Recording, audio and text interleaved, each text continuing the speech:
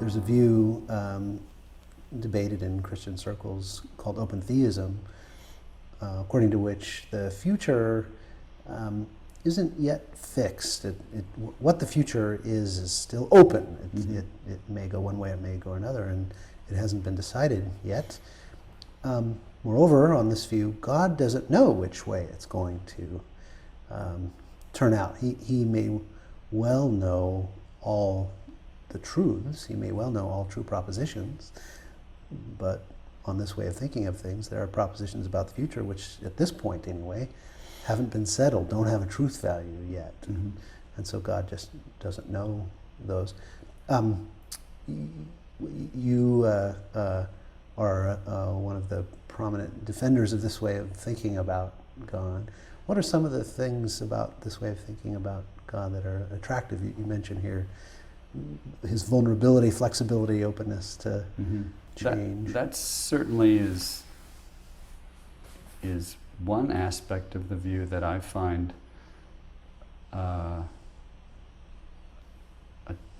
attractive, appealing. It seems to me to do justice to God's character as it's revealed in Christ, for instance. God is making himself vulnerable to us and pleading with us, not causing us to do whatever we do. And Jesus, of course,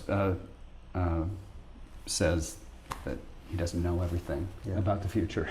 Now, of course, you can say, well, God, in some other sense, God does, so God does and doesn't, relative to the incarnate Christ, God doesn't know things, but in another aspect of God or another person of the Trinity does know these things. Or maybe Christ has two minds somehow, a divine mind, a human mind, but So there's various ways around that, but it doesn't seem to me to be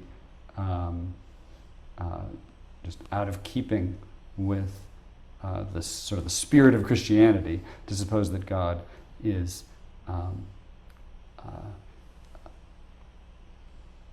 trying to persuade us, sort of exercising power from below, as Greg Boyd puts it, where love exercises power by being vulnerable to others and trying to get them to see, by the very vulnerability that you're showing, that they must behave differently, that they must come around to your side. So God is appealing to us to get on the side of love by being vulnerable to us, and that open theism strikes me as a way of making sort of precise in philosophical sense that kind of vulnerable love on God's part. Now, why do I believe open theism? I guess it's because I think there really is a deep incompatibility between determinism and freedom, between there being facts about the past that already settle what I'm going to do, and freedom. So if there's, if God believed from the beginning of time that I'm freely going to tell a lie tomorrow, then for me to be able to tell a lie tomorrow would require that I can change the past. I can make God to always had a different belief. And I think that's as impossible as it is to make it the case that there's always been something else different written down on a sheet of paper somewhere. If the paper's already been written on, then it's too late. So facts about what God believed, those facts are fixed. We can't do anything now about them. Yeah, that's what I think.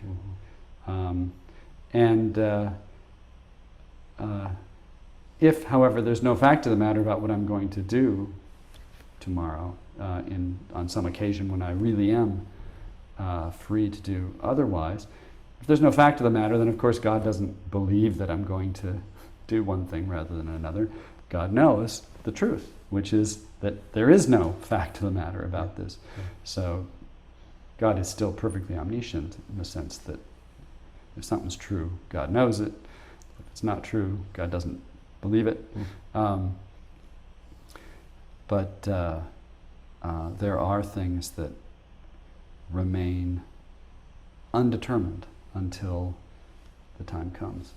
And what do you do with those? Because a lot of people wonder, well, what about when Christ says to Peter before the day's over, before the cock crows, you will deny me three times. Yeah. Those kinds of passages. Yeah. Well, so I think, for one thing, we may be free on far fewer occasions than we think. You can still be morally responsible for things, for good or bad things that you do when you're not acting freely right then, if your action is the result of the kind of character that you've formed over the years. And if you had some freedom with respect to that, you're still a dirty, rotten scoundrel if you betray somebody, even if it's too late for you to do anything else. So long as you have freely made yourself into a dirty, rotten scoundrel, what God could predict you would do is still a morally reprehensible thing. So perhaps, Peter was a coward. And if God knew what people were going to say to him, and God knew how cowardly he was, it would be easy for Jesus to know what he was going to do.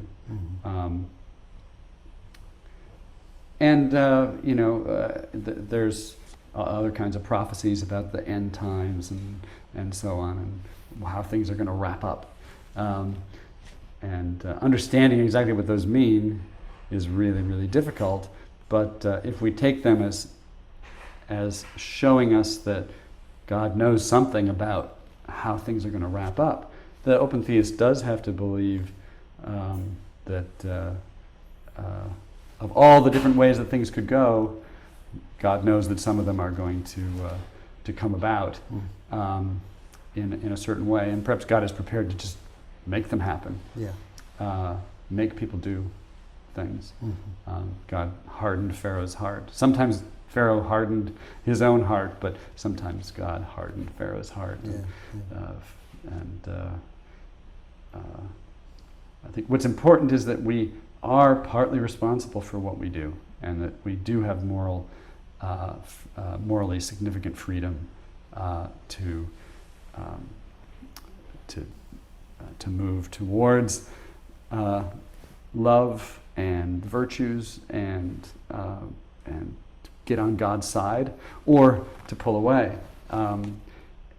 We don't have to be free on every occasion when we act in order to have that kind of moral responsibility.